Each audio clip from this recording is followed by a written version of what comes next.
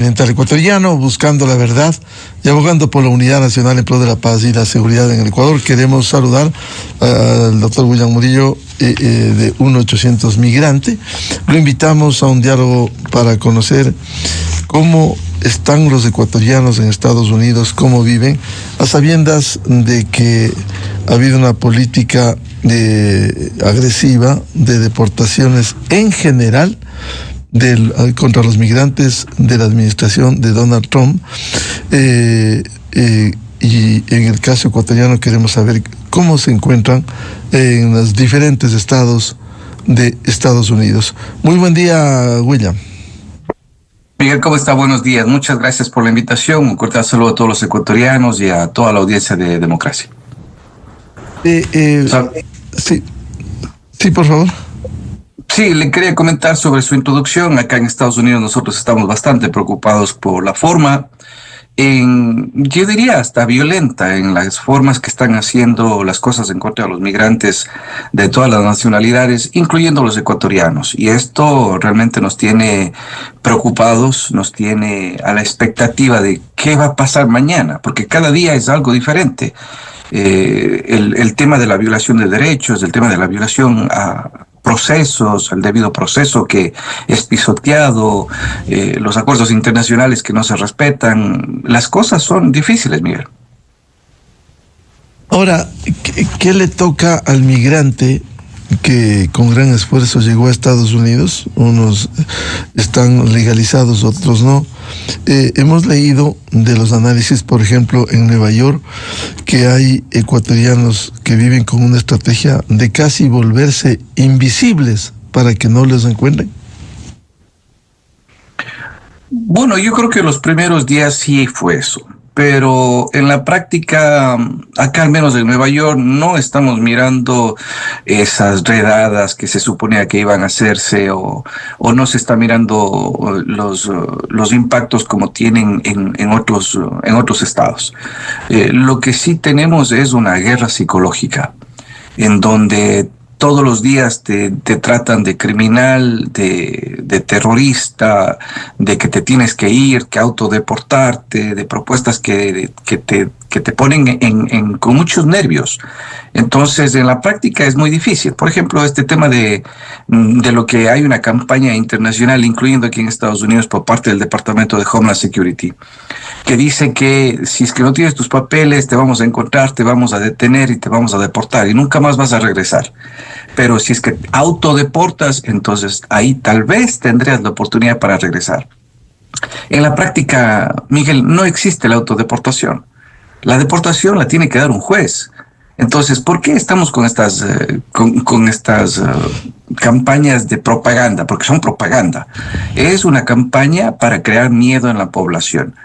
Todo migrante tiene el derecho a la defensa, tiene el derecho al debido proceso, tiene el derecho a un abogado, tiene el derecho a presentar sus casos. Entonces, lo que están creando es una inestabilidad emocional para que los migrantes se sientan acorralados y de alguna forma salgan del país. Y cuando salen, ahí es el problema, porque no es que sales y después entras tranquilamente, no, sales y quedas con 5 o 10 años de prohibición para entrar a Estados Unidos. Claro, eso no te dicen las autoridades. Y esto sucede no solo en Nueva York, sino en los diferentes estados. ¿Qué pasa, por ejemplo, en California? Pasa en todos los estados. La diferencia es que hay algunos estados que son más amigables con los migrantes que otros. California es uno de ellos, Maine es otro, Nueva York también es una ciudad considerada santuario. Acá, por ejemplo, las autoridades no cooperan con las autoridades migratorias, las autoridades locales me refiero, y esto ayuda a que la gente salga. Y retomando quizás las primeras palabras de esta entrevista, Miguel, en su primer momento sí, los migrantes estaban con miedo de no salir y pasar desapercibidos, invisibles, como usted decía. Y lo que pasa es que eso dura cierto tiempo, porque la gente igual tiene que salir a trabajar, tienes que pagar la renta, tu comida, tus deudas, mandar el dinero al Ecuador para tu familia. Entonces, ese miedo inicial era como lo del COVID, ¿no? Nadie puede salir, sí, pero alguien tiene que pagar las deudas. Entonces te enfermas, te recuperas y sales. Con Trump igual, estás un poco con miedo, ojalá no pase nada, sales, trabajas y continúas. Pero yo creo que la palabra clave acá es resignación. Hay muchos que dicen, bueno, ya, si es que me cogen y me deportan, y si no, sigo. Entonces, la mayoría se dio cuenta de que no es vida estar viviendo en ese tema de miedo permanente y están volviendo a hacer lo que tienen que hacer. Con más cuidado, eso sí. Eso implica que quienes siguen soñando con ir a Estados Unidos por este miedo y esta resignación de los migrantes, ¿pudiera cambiar esa aspiración? Bueno, yo creo que las aspiraciones de los seres humanos para tener mejores días, para que sus hijos estén en una mejor posición, es innato. Yo creo que nadie quiere salir de su país para que le vaya mal. Más bien, yo creo que este tema del crackdown que le dicen acá, de sacar a los migrantes, es un tema político, temporal. No van a poder sacar a 16 millones de migrantes indocumentados porque no tienen ni la plata, no tienen los recursos físicos, no tienen los recursos para poder movilizar a tantas personas y sobre todo que se darían un tiro en el pie, como se dice popularmente, porque si es que sacan a 16 millones de personas, ¿quién va a trabajar en esas trabajos que la mayoría de norteamericanos no lo quiere hacer? Y ya estamos sintiendo eso. Por ejemplo, acá en California hay muchas empresas agrícolas que ya están sintiendo la falta de mano de obra de los latinos que trabajan en los campos y el incremento en los precios está notando. Muchas empresas, muchas farms que hacían o que producían alimentos, por ejemplo, han quebrado porque no tienen mano de obra y esto va a generar bastante problema a medida que avanzamos. Siendo importante el envío de remesas al Ecuador, que ha ido creciendo sustancialmente, 4.000 millones, 5.000 millones, 6.000 millones, una cifra muy importante, ¿cómo puede verse afectado ese envío de remesas? Bueno, yo creo que en el primer trimestre o en los 2 trimestres de este año vamos a ver un descenso importante, precisamente porque hay muchos migrantes que están con ese miedo de no salir. Sin embargo, yo sí creo que se va a recuperar en el tercer o cuarto trimestre porque ya viene la buena etapa, ya viene el verano, viene los tiempos en donde existe más trabajo y seguramente eso va a provocar de que se recuperen las remesas. ¿Que va a bajar las remesas? Yo creo que sí. Si es que siguen con las deportaciones, es evidente que esto va a tener un impacto. Sin embargo, también hay que recordar de que mucho va a tener que ver sobre el resultado de lo que sucede en Ecuador. Y para nosotros, en tema muy personal, en mi opinión, yo creo que el acercamiento del presidente Noboa con Estados Unidos es lo correcto para nosotros, porque tenemos un interés particular que los ecuatorianos tengan buenas relaciones con Estados Unidos. Con la otra tendencia no tendríamos nada.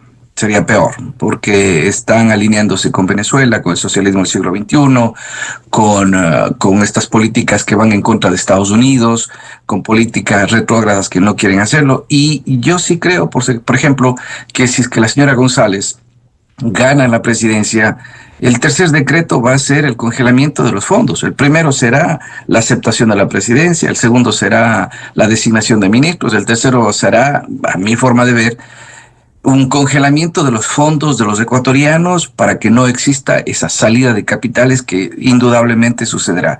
Cuando eso suceda, se debilita el dólar, tendremos un impacto económico importante y en su momento que tuvimos esa gran salida de migrantes con el feriado bancario, ya no será un feriado bancario, será un feriado socialista y ahí sí tendremos quizás una nueva ola migratoria hacia Estados Unidos, hacia Europa y a otros países. Volviendo al tema inicial de la situación de los migrantes en Estados Unidos, si hay temor a salir por esta política dura del presidente Trump, esto va a reducir los ingresos de esos migrantes y consecuentemente reducir el envío de las remesas.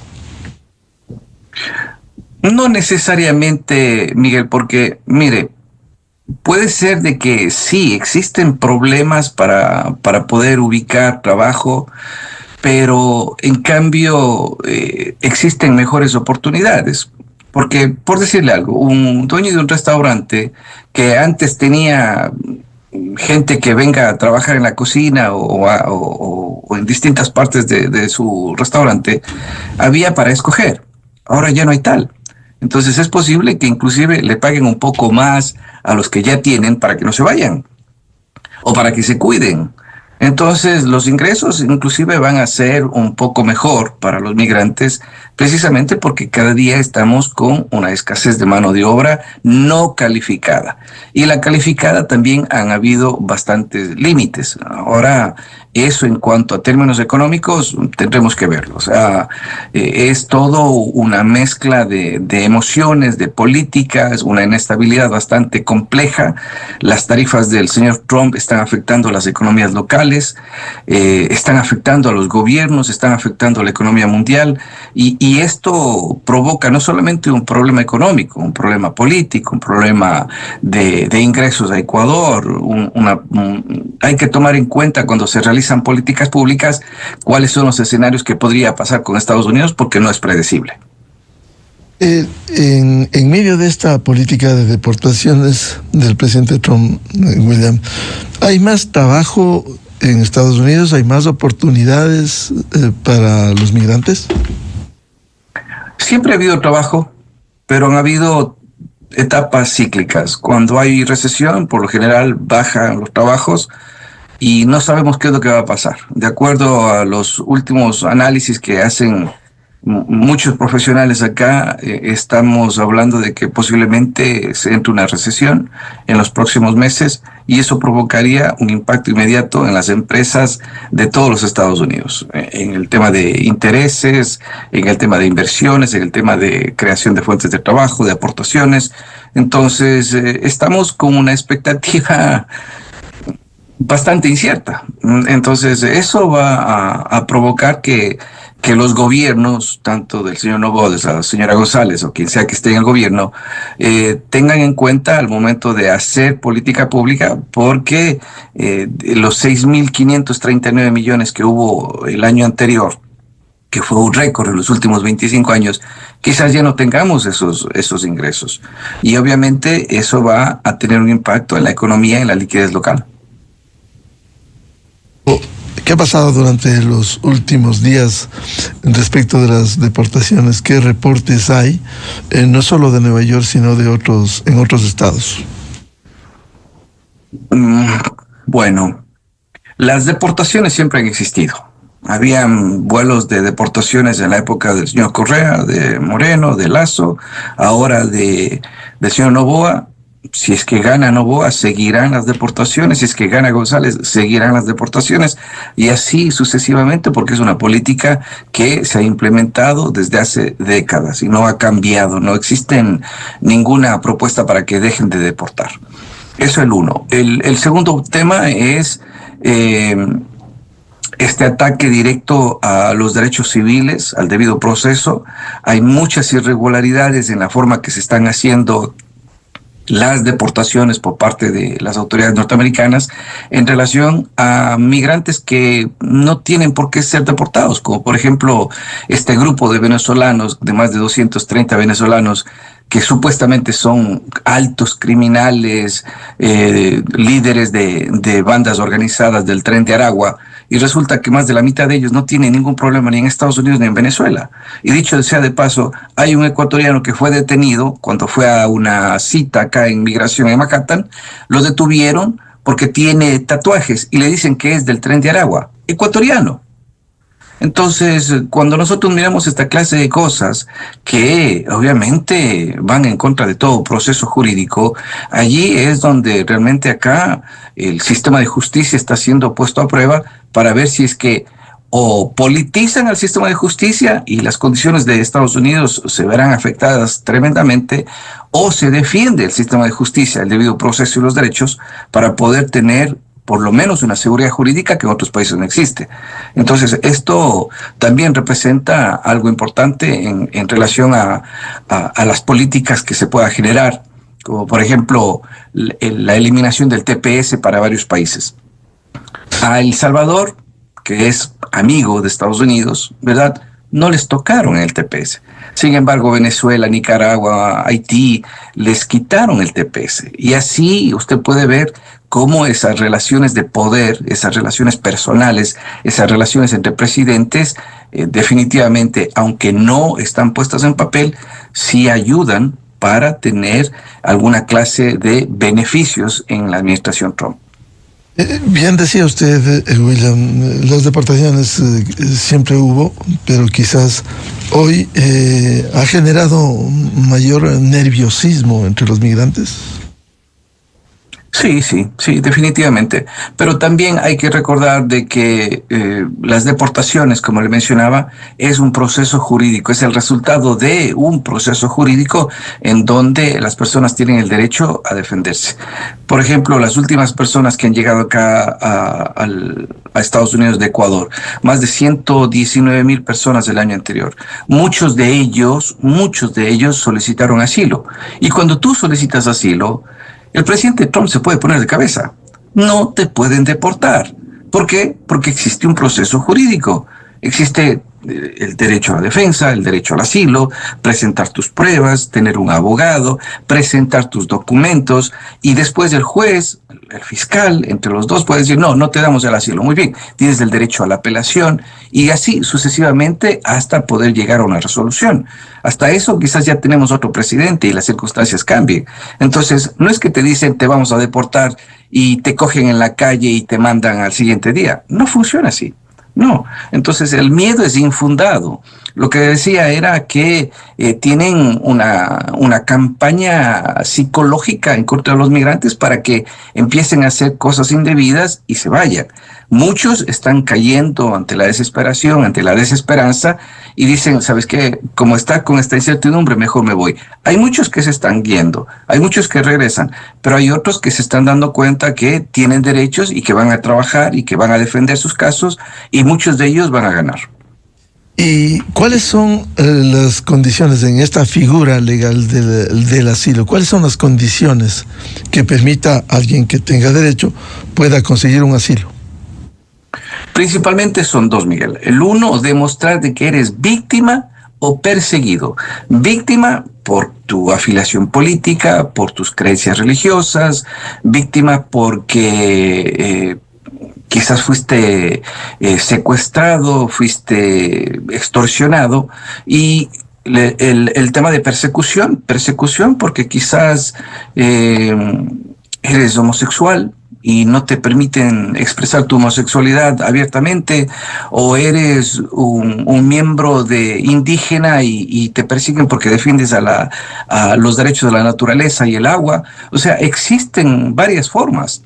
Ecuatorianos que tenían negocios y que eran extorsionados, esas también son víctimas del grupo de delincuencia organizada. Y qué buena pregunta que me toca, Miguel, porque, mire, hace unos días el Departamento de Justicia acá en Estados Unidos presentó cargos en contra de Fito, que lo presentan como uno de los narcoterroristas más importantes de los últimos tiempos en Ecuador. Esto, por ejemplo, ayuda a demostrar a los ecuatorianos que están solicitando asilo acá en Estados Unidos que no es que se estaban inventando que los están secuestrando y vacunando, no.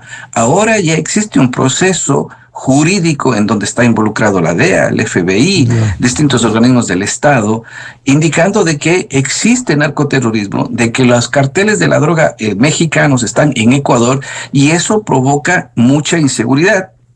Y obviamente es uno de los documentos clave para presentar en el momento de solicitar asilo en lo que se llaman las famosas pruebas.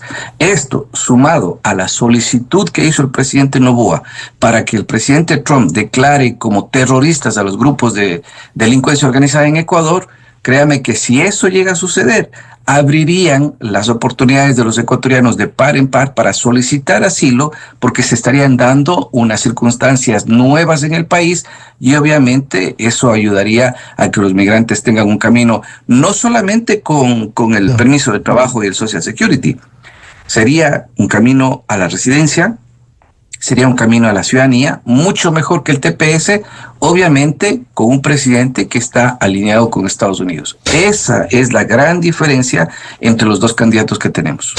Muchas gracias a William Murillo de 1-800 Migrante, su atención desde Nueva York y la situación de los migrantes. William, muy amable. Muchas gracias, Miguel. 7:35 minutos en el territorio continental ecuatoriano. Vamos a una ligera pausa y diálogo previsto con el señor cardenal del Ecuador, Luis Cabrera, a propósito de cómo ve al país la Iglesia Católica Ecuatoriana en momentos de reflexión, de meditación, por mejores días por nuestro país.